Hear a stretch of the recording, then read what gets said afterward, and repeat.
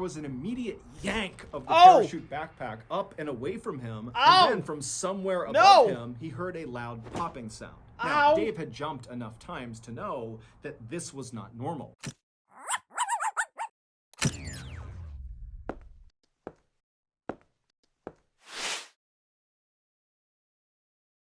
Hey guys, my name's Dan, and today's reaction comes from MrBallen. This instructor decides their fate in mid-air distressing content. And I can already see where the distressing content is coming from here. Taking a look at this thumbnail, looks like they both get tangled up in mid-air. I don't think that's the actual footage, or maybe it is.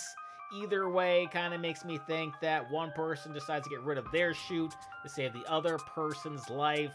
And if that happens, it's probably not going to be a good time to me. I'm probably going to be feeling some things.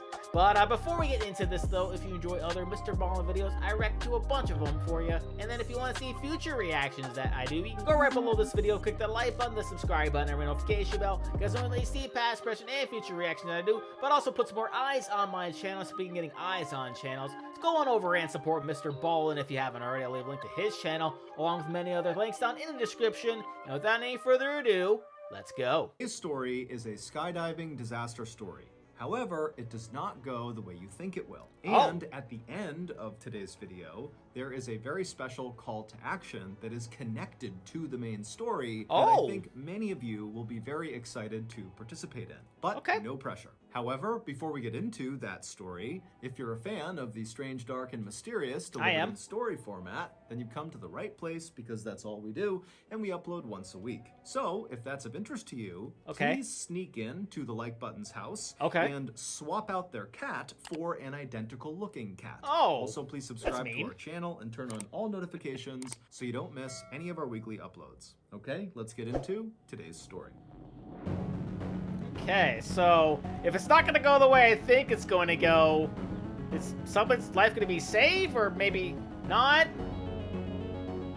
I don't know what he's implying, or what he thinks I'm thinking. On the morning of August 1st, 2009, 44-year-old skydiving instructor David Hartsock pulled into the parking lot of Skydive Houston in Texas and then made his way inside. A few minutes later, and Dave, like the rest of his colleagues, was hard at work getting ready for the day before the facility opened up and the inevitable weekend rush began. Skydive Houston is actually just a private airport, and it's not really in Houston. It's located about 30 miles to the northwest of Houston in a city called Waller. The main facility of Skydive Houston is situated right up against this huge open airfield that basically looks like a big green grass field. And the main facility itself is comprised of several large buildings, one of which is a huge hangar that contains the Super Twin Otter airplanes, which are the little aircraft that bring the skydivers up so they can jump out. Because Skydive Houston offers something called tandem jumping, it gets a lot of first-time jumpers. Tandem jumping is when a skydiving student attaches to the front of their instructor. Literally, they're buckled onto them, and then the two of them leap out of the plane together, with the student never detaching from the instructor. This method allows the student to just kind of go along for the ride and have no responsibility, while the instructor, who's attached to them, does everything. They make sure they're both stable in the air, they're the ones that pull the ripcord to deploy the chute, they're the ones that land them safely on the ground. And so obviously, tandem jumping really appeals to first-time jumpers. Dave had finished his 3-year-long training course to become a certified skydiving instructor just a few months earlier. But even prior to going through this course, Dave was already a very experienced skydiver with over 800 jumps to his credit. And the reason he had so many jumps is because Dave loved skydiving. It had given his life a focus that really nothing else ever had. Dave had always been a kind of average guy. He lived in a very modest house in a suburb of Houston, and for much of his life, he had worked very normal blue-collar jobs, like he had been a cook at 2 different chain restaurants, he had managed a grocery store, and he also had worked at a soda bottling plant. Dave was divorced and had no kids, but he had a really good group of friends who liked to go to bars and go bowling and play darts. That sounds fun. Dave was never really unhappy with the way his life was going, as he started to creep into his 40s, he couldn't help but think, I haven't really done anything big or important in my life. And so, in 2004, not long after Dave got divorced, one of his good friends asked him if he wanted to go skydiving with him to celebrate that friend's 40th birthday. And Dave immediately thought to himself, this is it. This is a chance to do something big with my life. And so he told the friend, yes, I'd love to go. And after that first jump that Dave did with his friend, Dave was hooked. Whenever Dave was falling through the sky at over 100 miles per hour, it was like nothing else in the whole world even existed. Life became very simple and beautiful. The manager at Skydive Houston saw Dave come in every weekend for years to do all these jumps, and finally he just offered Dave a job. And so that was how Dave left the soda bottling plant to become a skydiving instructor. So, August 1st, 2009 was a Saturday, and Saturdays at Skydive Houston were incredibly busy with basically non-stop tandem jumps all day. Whenever Dave was not working, so he was jumping on his own, he would always pack his own parachute because, like many other skydivers, he liked to make sure it was done exactly right. But when Dave was working, especially on Saturdays when it was so crazy busy, he didn't have time to pack and repack his parachute after every single jump because he was constantly being sent up again and again and again to take another student. And so instead, he would take one of the pre-packed parachutes that were left out for instructors inside of their clubhouse. That particular Saturday in August of 2009 went very quickly, with Dave going up one after another with different students and jumping out and pulling the chute and landing safely over and over again. That's crazy how often he's doing this during the day. At the end of the day, right around 4 o'clock, when Dave was getting ready to be done for the day, his manager came up to him and said, "Hey, do you mind doing one more tandem jump?" And even though Dave was really exhausted, he's dripping sweat, it's super hot outside, he'd done 6 jumps that day, which was a lot, he said, no problem. Oh no. And so the manager introduced Dave to a short blonde woman who was visibly nervous named Shirley Diggert, who was there to celebrate her 54th birthday by skydiving for the first time. Her husband, her son, and her 3 grandkids were also there to watch her from the ground and take pictures, and her other son, who was celebrating his 30th birthday, he too was going skydiving. Oh, that's fun. As soon as Dave walked up to Shirley... Well, I mean, not fun in the sense of skydiving because I hate heights, but seems like a cool bonding thing to do with your son. And stuck out his hand, and he made the same kind of corny joke he always made with nervous first-time jumpers, and that was, don't worry, you're going to be just fine, you're going to be strapped to me, and I'm not about to let anything happen to myself. And so Shirley laughed, and she did seem like she was a little bit at ease, and so Dave patted her on the shoulder, and then he walked over and he grabbed one of the pre-packed parachutes off the wall.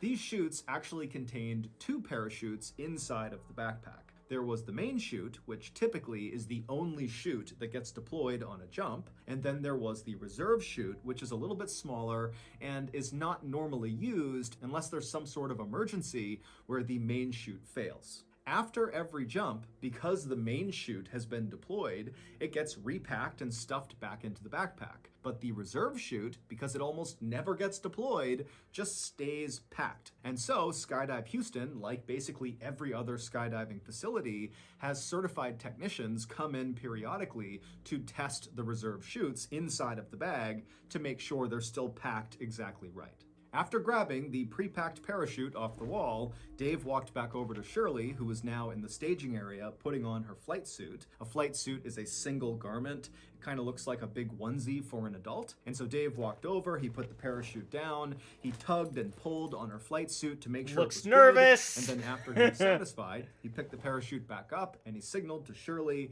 as well as Shirley's son, who was also skydiving, to follow him.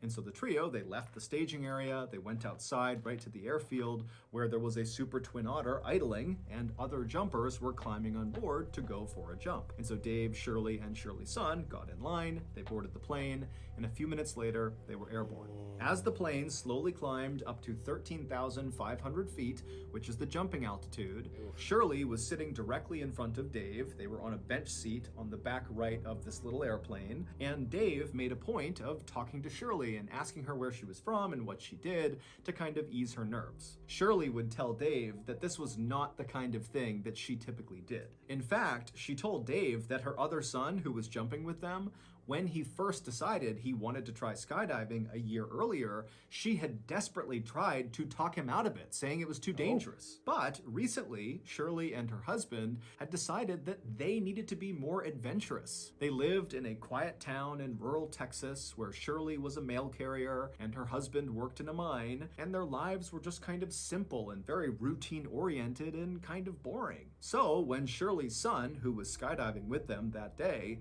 had asked Shirley to go skydiving on her 54th birthday, she saw it as an opportunity to break the mold and do something adventurous, and so she said yes. And so Dave told Shirley about how he had discovered skydiving much the same way she had, and they really bonded over that. About 20 minutes after takeoff, all the tandem jumpers on the plane were now attached to their instructors, so Shirley was now buckled onto Dave. And then when they reached 13,500 feet, the jumping altitude, one of the instructors slid open the side door. It was time to jump.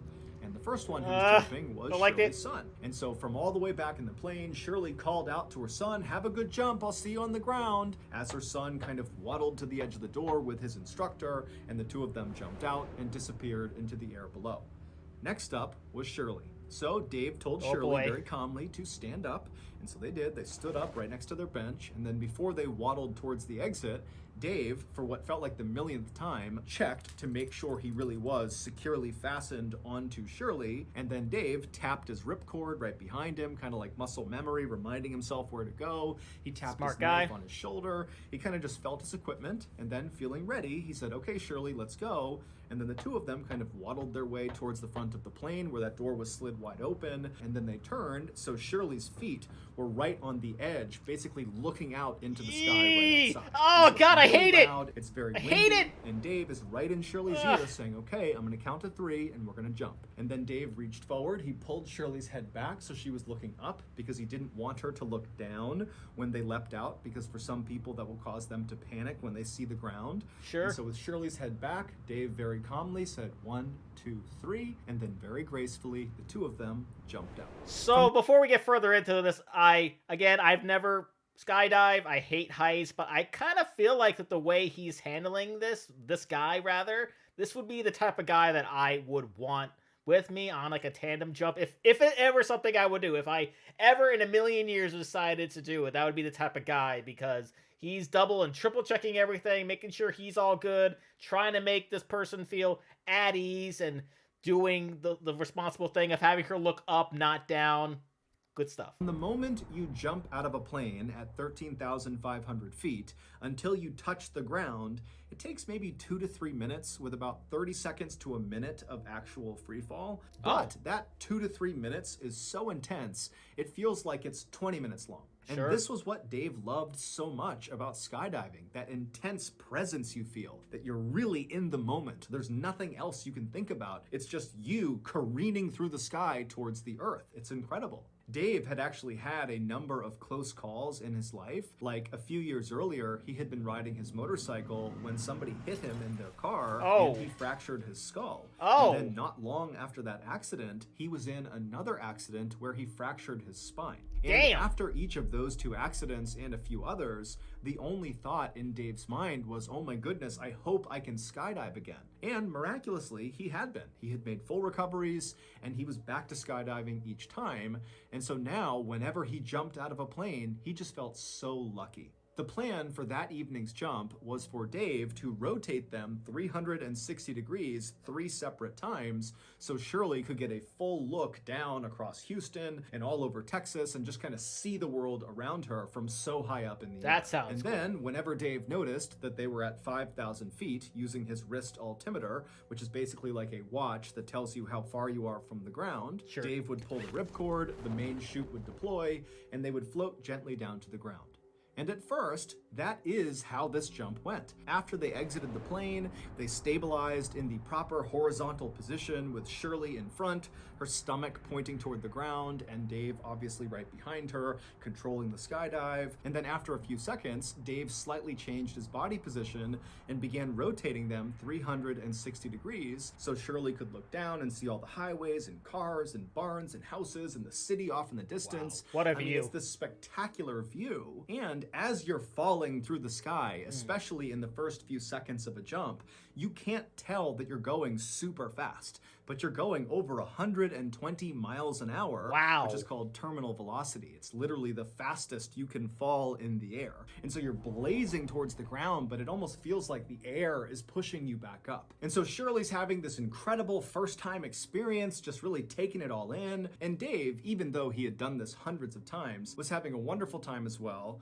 But Dave really was just focused on his altimeter, because when they hit 5,000 feet, he needed to pull the parachute. And so they're cruising along, Dave's checking his altimeter over and over again, and then finally he sees 5,000 feet. He quickly looks around him to scan for any other jumpers. He's clear, and so he reached back he pulled his ripcord handle for his main chute. Now, normally, when you deploy your main parachute, depending on what kind of parachute you're using, there's actually kind of a slow unfurling. It's not like suddenly the chute is deployed and then you just stop. That would not work. You'd get destroyed every time you skydive.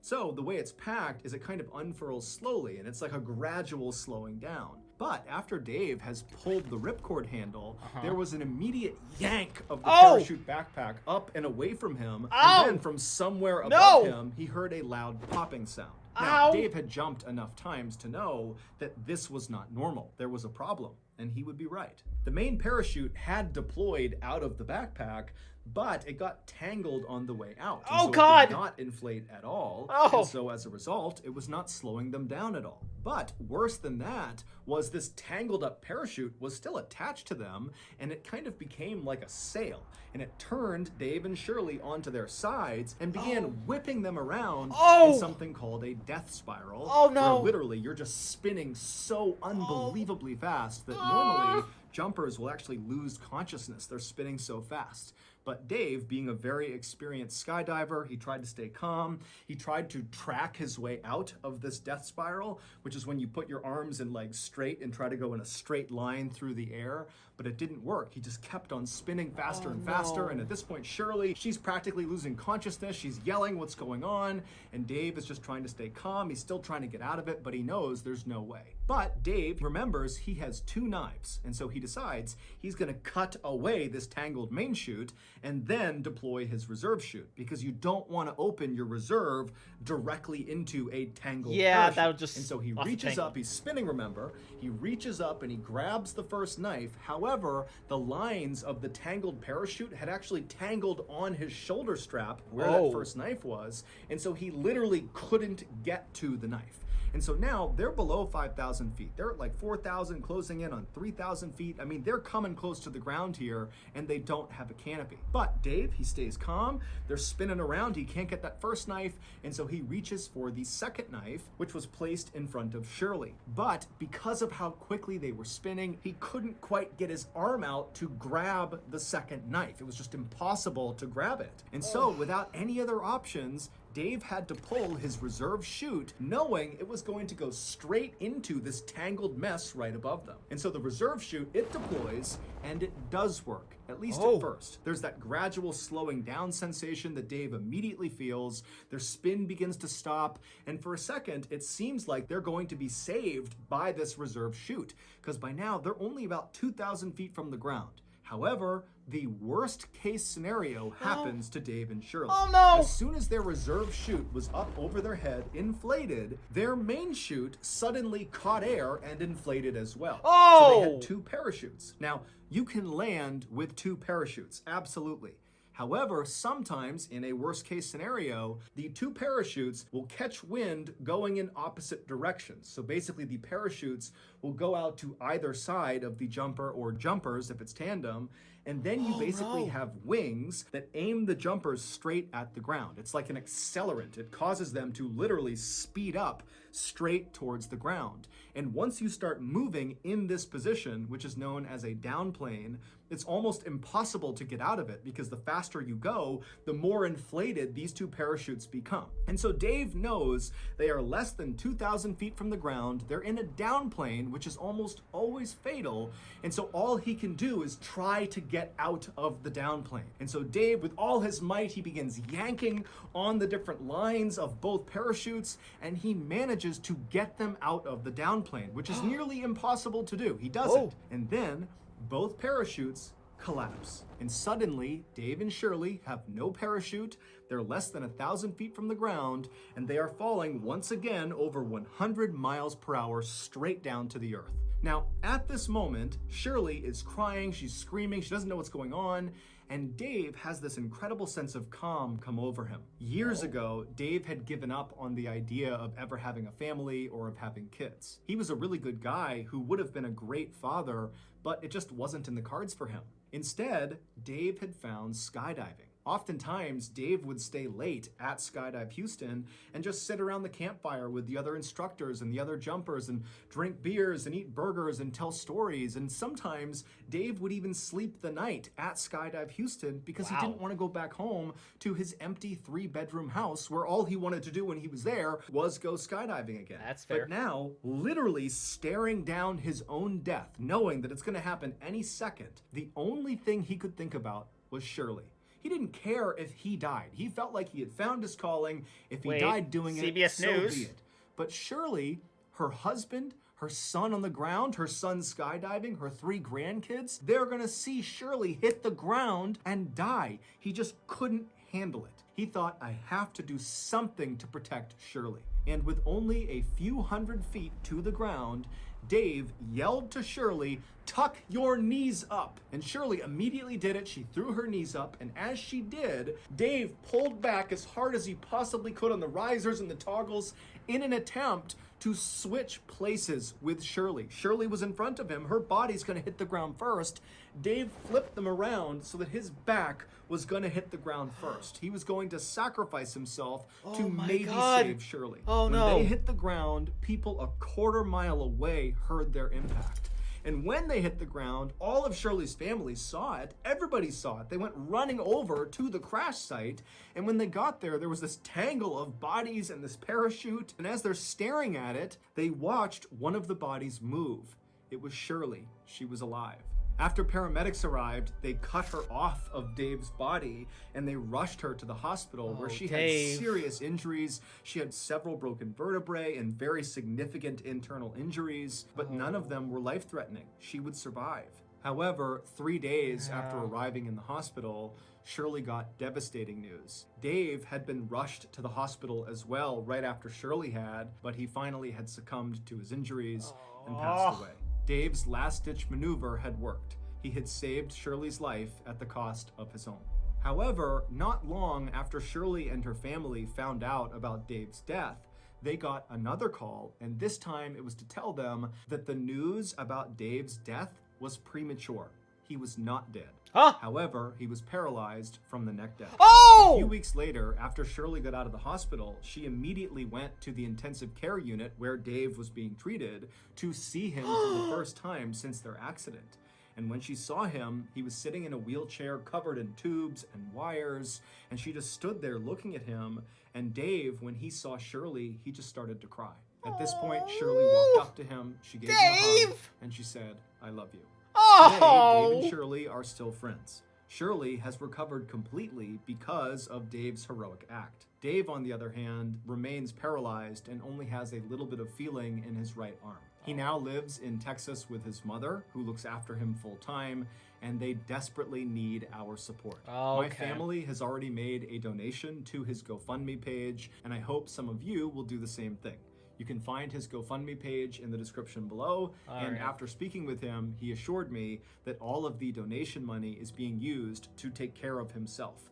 He has a lot of care that he needs. His mom can't do it alone. And so anything we give them is just making his life a little bit easier.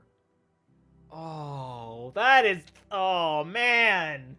I just need to unpack everything that we heard, because my original thought was they were going to collide with another person or whatever, and someone was gonna have to cut their chute and sacrifice their life, but it ended up in a way where it sounded like he was going to die. Like, as soon as I heard that they were gonna sort of switch positions and he was gonna take the brunt of the fall, I'm like, oh, okay, well, he's dead, he's gone, he's there's no way in hell he's gonna survive this.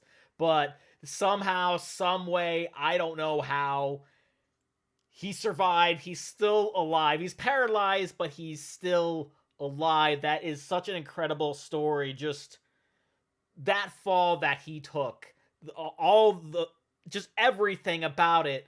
And then she walks away. She heals from all of her injuries and she's just fine after falling. That just blows my mind how that's even possible.